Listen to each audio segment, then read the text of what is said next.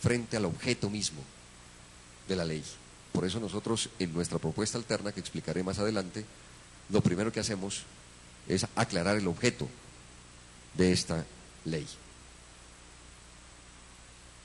Incluso la ley CINDE no necesita comprobación de la falta.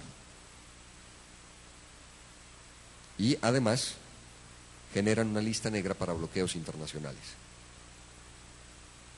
Esos son los casos en Francia, con la ley Hadopi, el caso en España, con la ley CINDE. Y en México está el acuerdo comercial antifalsificación, impulsado por los Estados Unidos, para reforzar la protección de la propiedad intelectual, que fue, por fortuna, rechazada en el Senado mexicano porque se la consideró un camino seguro hacia la censura.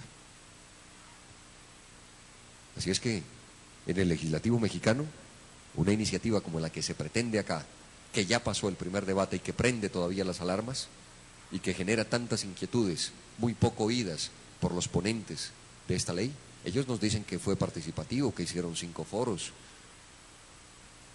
que escucharon a todas las partes, pero todos y todas sabemos que nos faltó muchísimo en eso.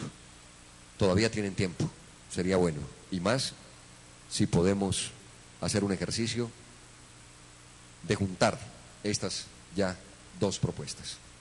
Esta es la socialización y en el próximo mes, que estamos próximos, estaremos nosotros radicando este proyecto de ley.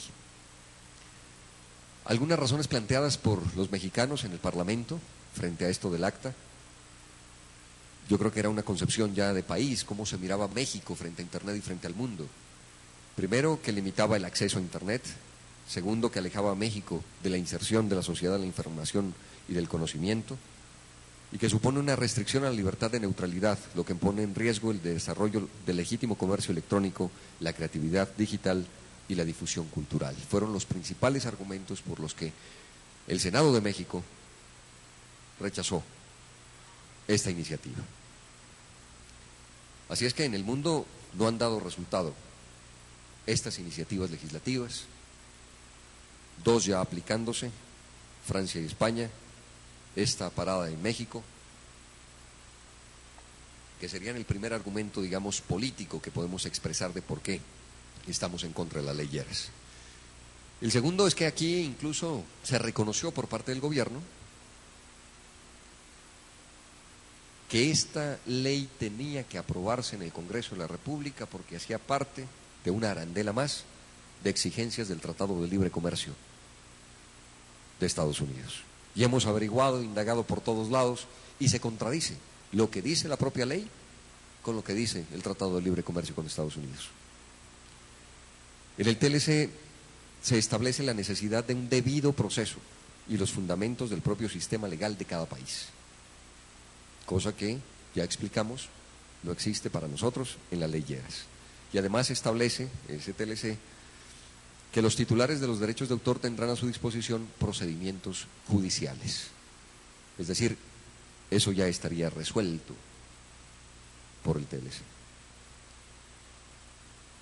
Otro argumento que lo expliqué, lo esbocé, y es que, aunque digan los ponentes, sobre todo hemos visto muy activo al senador Roy Barreras, a quien le pedimos en esa comisión primera que suspenda hasta que haya una mejor y mayor discusión la aprobación, no fue posible, y ahora hemos visto muy activo al senador Juan Manuel Galán. Yo creo que todo sirve, todo ayuda, en la medida en que de verdad podamos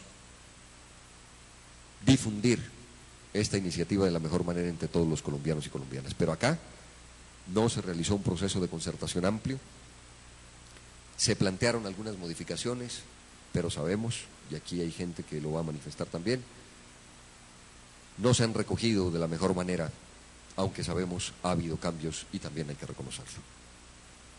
Ahora bien, ¿de qué se trata entonces nuestra propuesta? Ya el proyecto de ley. Tenemos 4 capítulos. El primero de disposiciones generales, el segundo de responsabilidad y procedimiento, que nos parece hay un vacío gigantesco en la ley Lleras. El tercero inexistente en esa ley Lleras, que tiene que ver con las excepciones. Debe haber excepciones cuando estamos hablando de esto. Y cuarto, tampoco existente en la ley Lleras, los estímulos al consumo de contenidos en Internet y protección a los creadores. Si entramos al primer capítulo, en disposiciones generales, el objeto, que no existe en la ley Lleras, nosotros queremos dejarlo expreso de una vez. Objeto, plantea que esta ley deberá establecer la responsabilidad por las infracciones al derecho de autor en Internet, la implementación de acciones para su regulación, la definición de los incentivos y estímulos para la creación y los mecanismos de protección a los usuarios que permitan asegurar el disfrute, el acceso y uso de Internet en Colombia. Delimitamos también a unos ámbitos objetivo y subjetivo la aplicación de esta ley, los casos que rige la ley para que no se convierta en una herramienta que permita arbitrariedades, sino definir el objeto tanto subjetivo como objetivo de esta ley.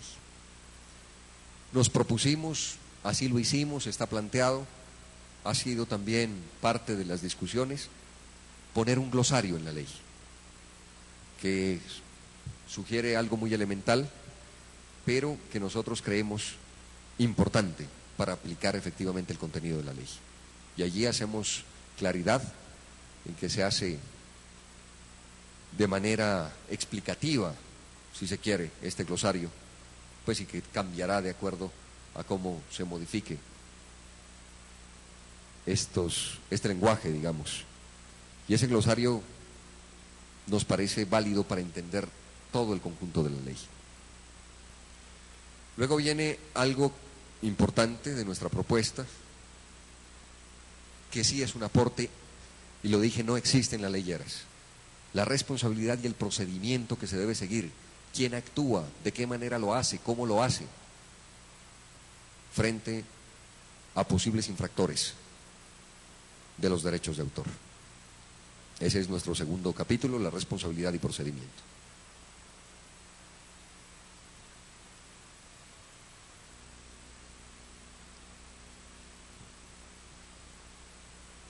Vamos a la siguiente diapositiva. ¿Qué planteamos nosotros? Está dividido en dos fases, si se quiere, para entenderlo. Una casi de un voluntariado, para que el infractor retire de manera voluntaria, y otra en la que entraría ya una acción judicial. En la primera etapa, lo que debe existir es una queja, un reclamo del titular de derechos de autor, de la persona que cree están siendo violados los derechos de autor por un usuario, y la presenta ante el prestador del servicio de Internet, ante el ISP. Entonces le presenta una queja formal. El ISP primero debe establecer, y es su responsabilidad, si puede estar infringiéndose los derechos de autor. Una vez comprobado esto, le envía al usuario una notificación y le da 72 horas para que de manera voluntaria él retire el contenido del que fue objeto de reclamo.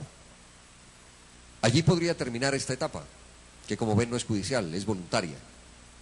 Y más adelante explicaré también que gran parte de la fortaleza de nuestra propuesta va encaminada no a la restricción, sino a la difusión de los derechos tanto de los autores como de los usuarios en Internet, para que los prestadores del servicio de Internet se dediquen no a perseguir a los usuarios, sino a informarlos que pueden incurrir